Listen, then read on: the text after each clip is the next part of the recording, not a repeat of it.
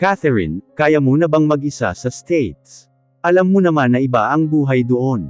Lahat ikaw ang magtatrabaho. Baka hindi mo kayanin. Natawa lang siya sa pag-aalala ng mama niya. Ma, sanay po ako sa gawaing bahay. Sa palagay ba ninyo sino ang gumagawa ng house chores habang nasa probinsya ako? Wala naman po akong katulong doon. Sa akin lahat ang trabaho. Mahigpit na ginagap ng mama niya ang kamay niya. Parang ayokong payagan kang umalis. Ngayon ka lang nakabalik sa amin. She's a Valdesco. Makakaya niyang mamuhay malayo sa atin. She will survive. And we will survive. Puno ng fighting spirit na wika ng papa niya. Dahil sa trahedyang nangyari sa pamilya, ay mas naging matatag sila. Bilang isang buong pamilya, lahat sila ay desididong bumangon at magpursige. Hindi man madali, pero alam niyang unti-unti nang ibinababa ng pamilya niya ang pride ng mga ito. Sa ganitong pagkakataon ay hindi nila kalaban ang mga taong nanloko sa kapatid niya, o sa mga kaibigang tumalikod sa oras ng pangangailangan. Sarili lang nila ang kalaban nila. Kung kakayanin nilang ibaba ang pride nila, at mamuhay ng simple para mabuhay. Pinili nilang iwan na ang dati nilang bahay, kahit di pa sila pinapaalis doon. Naglaan si Walter ng mas maliit na bahay sa isang subdivision para sa kanila. Siya na rin ang may gusto noon, dahil ayaw niyang habang malayo siya ay sakapapwersahin ang pamilya niya na umalis sa bahay ng mga ito. Mas gusto niyang ngayon pa lang ay masanay na ang mga ito. Alam niyang mahirap mag-adjust, pero masasanay din ang mga ito, iyon ang magsisilbing inspirasyon nila para lumaban. When you come back, I will make sure that everything's back to normal. Puno ng optimism ang Kuya 30 niya. Ang totoo gusto ko ang farm. Dati pa naman ako mahilig sa mga halaman, dahil laking probinsya ako. Si Papa lang naman ang gustong mahilig ako sa negosyo. Pumayag si Tito Dante na pag-aralan ko ang pasikot-sikot sa farm. At oras na mahuli ang mga kasamahan ko, mababawi rin natin ang pera natin. Di man ganoon pero sapat na para mabili natin ang farm.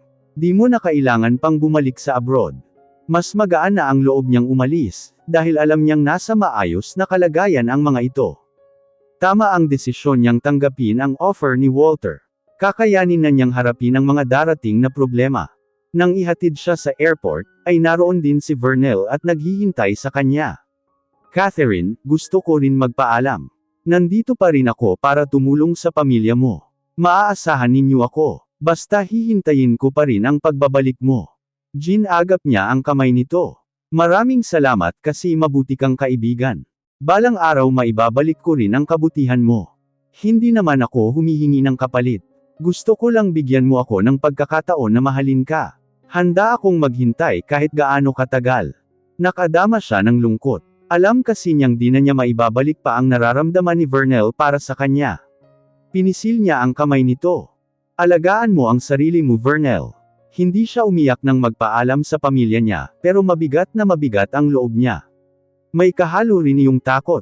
Alam niyang pansamantala lang siyang aalis ng Pilipinas, pero parang mag-a-abroad siya. Di rin niya alam kung anong naghihintay na buhay sa kanya. Mas nakakakaba ito kaysa nang humiwalay siya sa pamilya niya noong una. Hindi niya alam kung kaya pa niyang bumalik sa mga ito, ng buo ang puso at pagkatao. Nang pumasok siya sa departure area ng airport sinalubong agad siya ni Walter. Madilim agad ang mukha nito. What? Tanong niya. Nagkita kayo ni Agustin. It was a matter of factly statement. Nilingon niya ang driver ng taxi. Mukhang nakapag-report na ang mata nito dito. He touched you. Hinawakan ko lang ang kamay na kaibigan ko. Masama. Nagulat siya nang bigla nitong hawakan ang kamay niya, at hinhila siya papasok ng departure area. Kamay ko na ang hahawakan mo mula ngayon. Hindi mo na kailangang dumepende sa iba. Huwag na huwag kang bibitaw sa akin. Nagkamaang lang siya habang nakasunod dito. Parang sinasabi nitong sila na lang ang magkasama mula ngayon. Sila na lang ang magkakampi. Nahawak nito ang buhay niya. Good morning sir, malambing na bati ng stewardess pagsampa nila ng eroplano. Sinadyang alalayan ng stewardess si Walter, hanggang sa upuan nito, at parang sinadya ng stewardess na iwan siya. Na parang hindi siya kasama ni Walter. Maya-maya ay bumalik ang stewardess, at kung ano-ano ang ino-offer kay Walter. Pero ipinapasa lang nito ang tanong sa kanya. Kaya sa huli ay siya ang may magazine at newspaper sa harap. At habang nagbabasa siya, ay nakikipagtawanan si Walter sa stewardess na tinawag nitong Stella. Mestiza ang babae, matangkad, mahaba ang kulot na buhok at mahaba rin ang legs. And she was obviously flirting with Walter, and he was flirting back.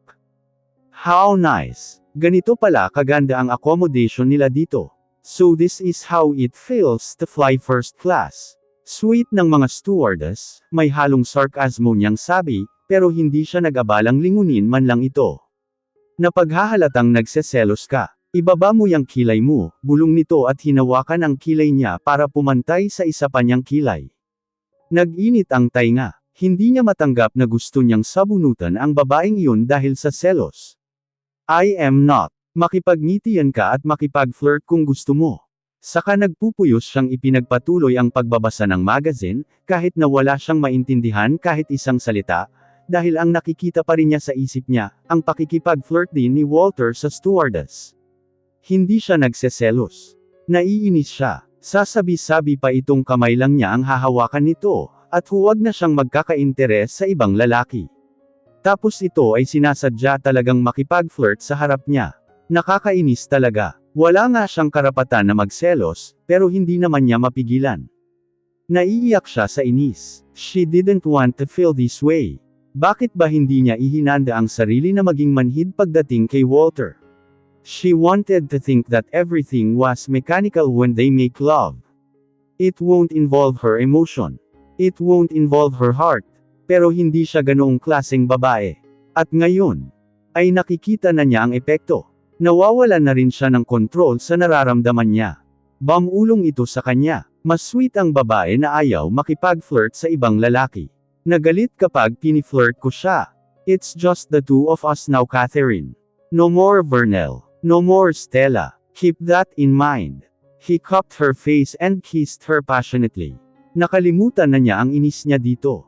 Nakalimutan na niya si Stella. Nawala na rin sa isip niya si Vernel. She was aware of Walter now. Only him. He was kissing her in public and she let him. At wala rin siyang pakialam kung may iba pang makakita. Pareho silang tumigil nang marinig nilang may tumikim. Matalim ang mata ni Stella, habang nakatingin sa kanila.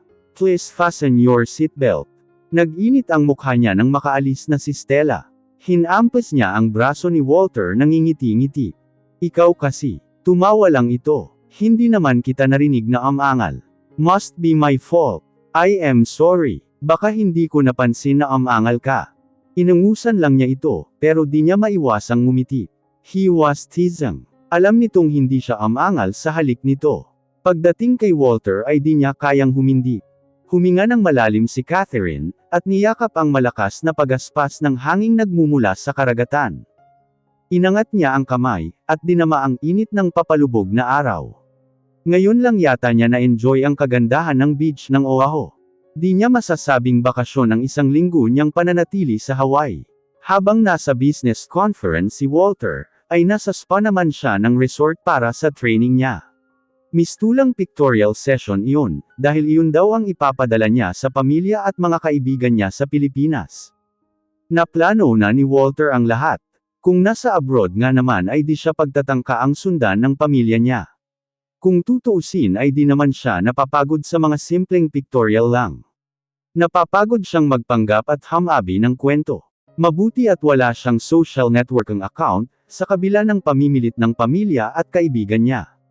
Nagkakasya na lang ang mga ito sa email, messenger at pagtawag sa cellphone, takot na takot siyang magkabutas ang kontrata.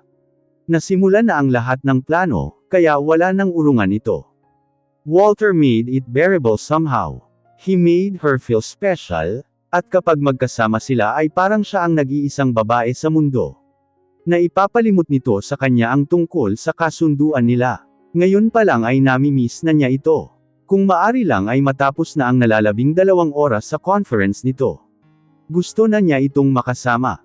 Pabalik na sana siya sa hotel, nang makita ang isang batang babaeng sa palagay niya ay 4 na taon pa lang ang humihikbi ng iyak, habang nakaupo sa harap ng tumpok ng buhangin. Cute ito dahil blonde at kulot nitong buhok. Umuklo siya sa harap nito. Hey, why are you crying? Where are your parents? They're with their friends. They told me to just play here. The frisbee hit my castle. They ruined my castle. Humikbi ito at nalungkot siya nang makita ang kastilyong buhangin nito, na natapyasan dahil sa tumamang frisbee, at tuluyan ng gumuho. How can I become a real princess, if I don't have my castle? Where will my prince visit me? Andar ang natural niyang pagiging mahilig sa mga bata, at pinunasan ng panyo ang luha nito. Naalala niya noong bata siya, at nabubulis siya kapag nagtatayo siya ng castle. Wala kasi siyang ibang kalaro na kaedad niya, kaya naman napag-iinitan siya ng mga kalaro niya. Stop crying, my princess. I am your fairy godmother and I'll help you rebuild your castle. Ngumiti ito at cute pa rin ito, kahit kulang ito ng 4 na ngipin sa harapan. Really, you will help me? Of course. So stop crying. As a princess you should always smile. Kinuha niya ang maliit na timba. Just wait here. I will just fetch some water.